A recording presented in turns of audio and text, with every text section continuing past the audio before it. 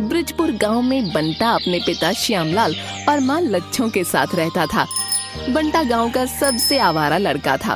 वो दिन भर बस अपने आवारा दोस्तों के साथ बैठकर या तो ताश खेलता रहता या फिर चाय की टपरी पर बैठकर हंसी ठिठोली करता रहता था।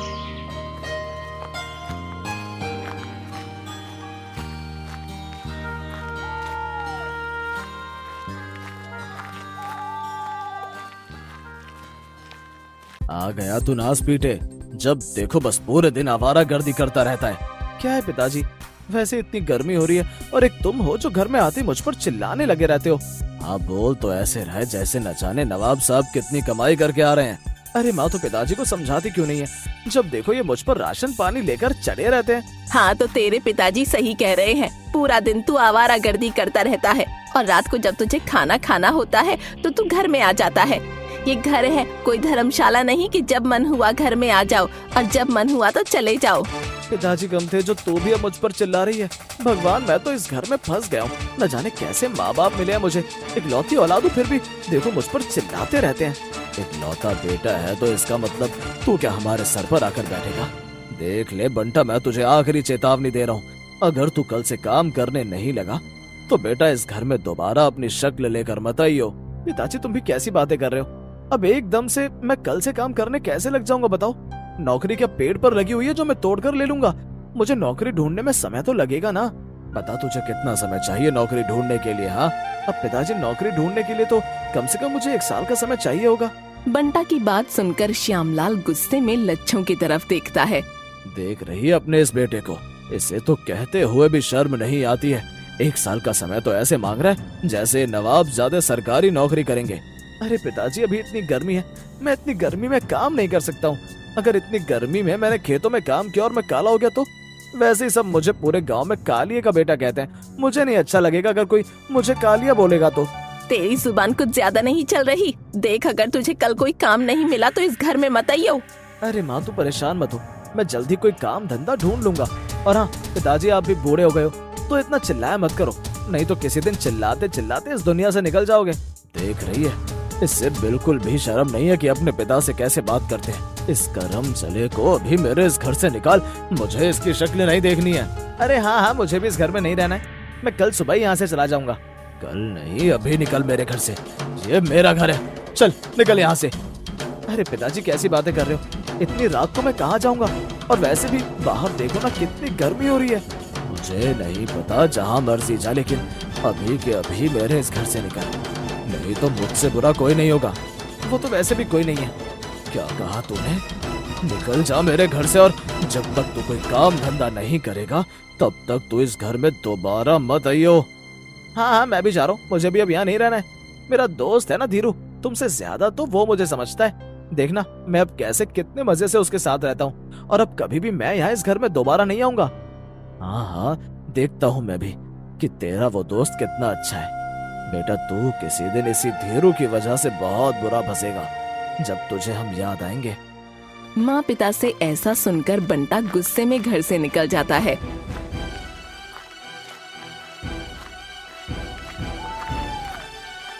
ये माँ पिताजी भी ना, इतनी रात हो गई है, मैं अब कहाँ जाऊँ, हर जगह तो अंधेरा ही अंधेरा हो रहा है। हे भगवान मुझे तो अंधेरे से बहुत डर लगता है, अब क्या करूँ मैं।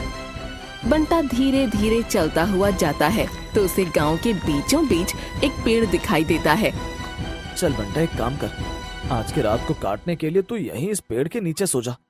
अबे नहीं यार, इस पेड़ के नीचे कैसे सोऊंगा, ये पेड़ तो बहुत ही डरावना लग रहा है, अगर इस पर कोई भूत वूत हुआ तो। बंटा उस पेड़ को देखकर डर रहा होता है और ये भी सोच रहा होता है कि अगर यहाँ नहीं सोऊंगा तो जाऊंगा कहाँ। चल बंटा भगवान का नाम ले और सो जा, अगर सुबह तक इस पेड़ के भूतों ने तुझे नहीं खाया तो फिर सुबह की सुबह देखेंगे कि क्या होगा। ऐसा कहकर बंटा वहीं उस पेड़ के नीचे सो जाता है। तभी थोड़ी देर में उस पेड़ पर से एक पत्ता बंटा के ऊपर गिरता है। उस पत्ते के गिरने की वजह से बंटा डर कर आँख बंद करके ही चिल्लाने लगता है। नहीं नहीं मुझे मत खाना, भूजी मुझे मुझे मत खाना, मुझे छोड़ दो। जैसे ही बंटा अपनी आँख खोलता है तो देखता है कि उसके ऊपर पेड़ का पत्ता गिरा होता है। अबे मैं तो ऐसे ही डर गया था, ये तो एक पत्ता है। चल बंटा अब सो जा, बाकी सुबह देखते हैं कि क्या करना है। ऐसा कहकर बंटा वहीं उस पेड़ के नीचे सो जाता है।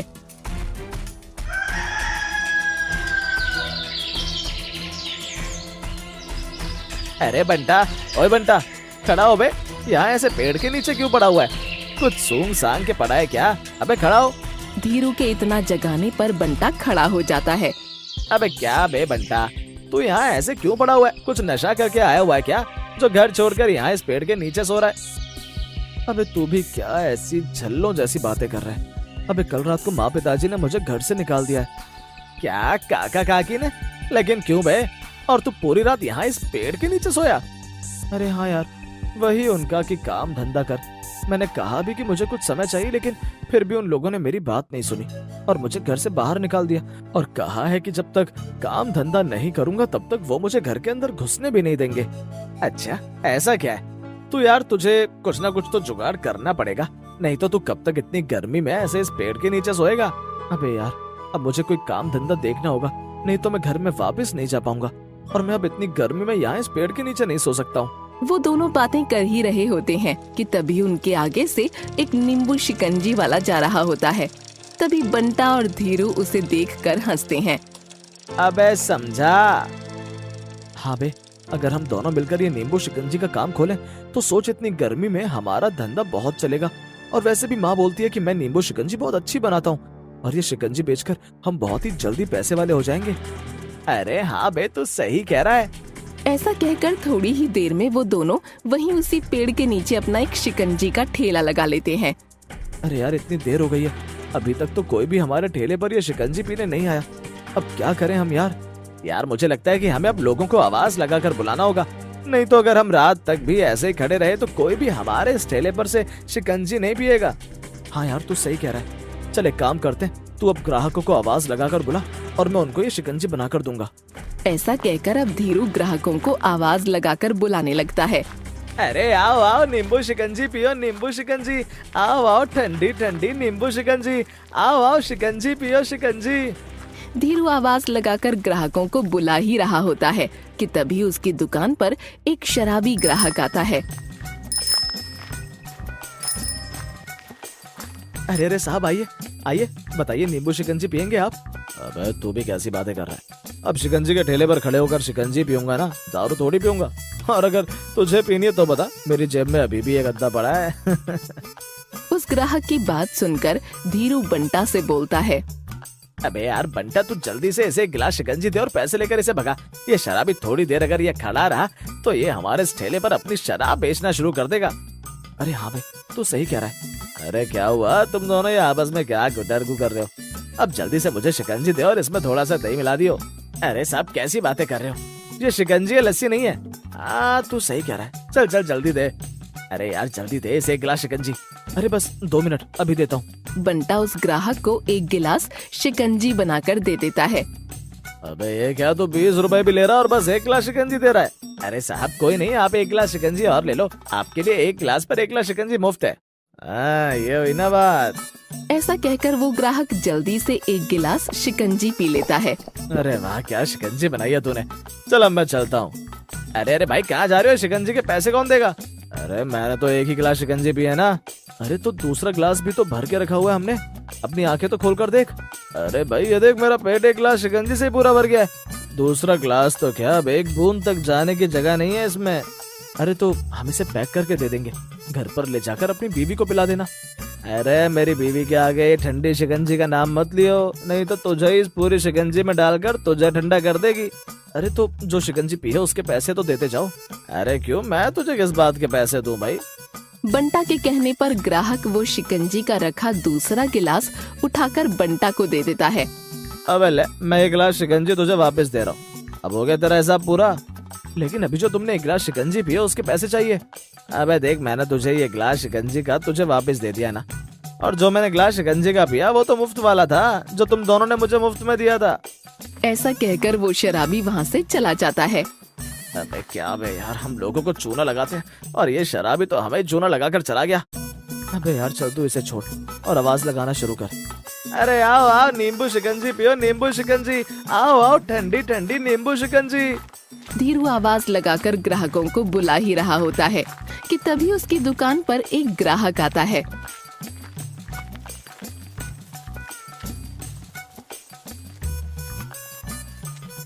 अरे भाई, एक गिलास शिकंजी कितने की है? सब 20 रुपए का एक गिलास। अरे तू तो बहुत ही महंगा दे रहा है। वो जो बाजार में गबरू शिकंजी वाला है, वो 20 रुपए के एक गिलास के साथ दूसरा गिलास मुफ्त दे रहा है। अरे ठीक है साहब, कोई नहीं, आप हमारे यहाँ से 15 रुपए का एक गिलास के साथ दूसरा शिकंजी का मुफ्त ले लो। धीरू की ये बात सुनकर बंटा धीरू से बोलता है, अबे तू ये क्या कर रहा है? ऐसे तो हमें ही नुकसान हो जाएगा। अबे ग्राहक बनाने के लिए ये सब करना पड़ता है। अरे भाई जल्दी दो मुझे शिकंजी पैक करके। लेकिन साहब तुमने बताया नहीं कि कितने गिलास शिकंजी पैक करूं? अरे मेरे घर में 5 लोग हैं, तो उसके हिसाब से तू मुझे शिकंजी पैक करके दे दे। हाँ हाँ बंटा, तू साहब को 3 गिलास पैक करके दे दे। अरे मेरे घर में 5 लोग हैं, फिर 3 का क्या करूंगा मैं? अरे साहब एक के साथ एक मुफ्त है ना, तो 6 गिलास हो जाएंगे। हाँ ठीक है, जल्दी से पैक करके दे। बंटा ग्राहक को 6 गिलास शिकंजी के पैक करके दे देता है। अरे कितने रुपए हो गए? अरे साहब आपके 45 रुपए हो गए। अच्छा ये ले। लेकिन साहब ये तो 30 रुपए ही हैं। हाँ तो ठीक तो है, ये ले अपना 1 गिलास वापस। लेकिन फिर भी 3 गिलास के 45 रुपए तो हुए। अबे मैंने तुझे 1 गिलास वापस कर दिया ना। हाँ तो फिर 15 रुपए और दो। अबे जो वो 1 गिलास तुझे वापस किया उसका मुफ्त वाला गिलास है रे। अबे तुम दोनों खुद पहले सही से हिसाब कर लो, मेरा भी दिमाग घुमा दिया। तुम दोनों बैठकर अपना हिसाब बनाओ जब तक मैं आता हूँ। ऐसा कहकर वो ग्राहक वहाँ से भाग जाता है। अबे देखा, तेरी चालूपंथी की वजह से ये ग्राहक भी हमें चूना लगा गया। अबे मुझे क्या बताइए, हमसे भी तेज चलेगा। चल अब अपना दिमाग मत चलियो, अब ग्राहकों को आवाज लगा।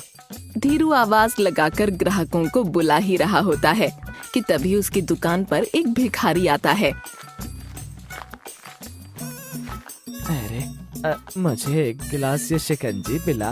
अबे चल हट, पता नहीं कहाँ से आ गया। हट, कितना गंदा हो रहा है, चल हट। अबे हट, चल भाग यहाँ से।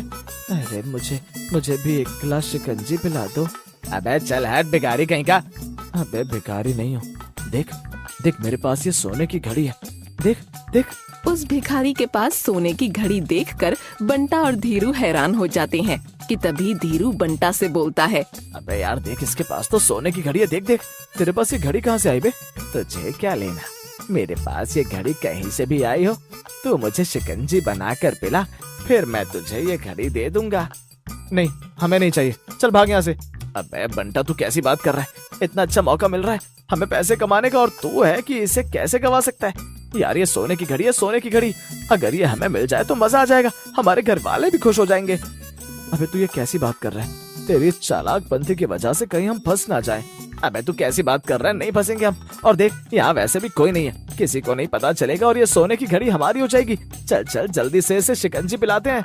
बंटा उस भिखारी को 1 गिलास शिकंजी बनाकर दे देता है। ये लो भाई, दे और दे। वो भिखारी जल्दी जल्दी बहुत सारे गिलास शिकंजी के पी लेता है। उसे देखकर बंटा और धीरू हैरान हो जाते हैं। अबे इंसान के राक्षस, देखियो ये कितनी सारी शिकंजी के गिलास पी गए। अबे पीने दे, इसमें हमारा ही फायदा है।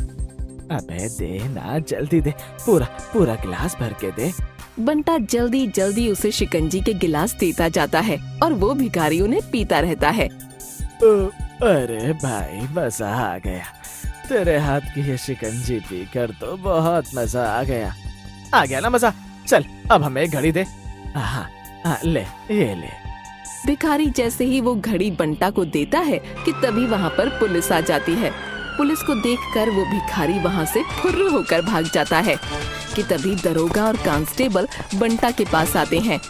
बंटा के पास उस घड़ी को देखकर कांस्टेबल दरोगा से बोलता है, अरे दरोगा जी, ये तो वही सेठ जी की सोने की घड़ी है जैसे हम ढूंढ रहे थे। अरे यार तू सही कह रहा है, वह घड़ी तेरे पास कहाँ से आई?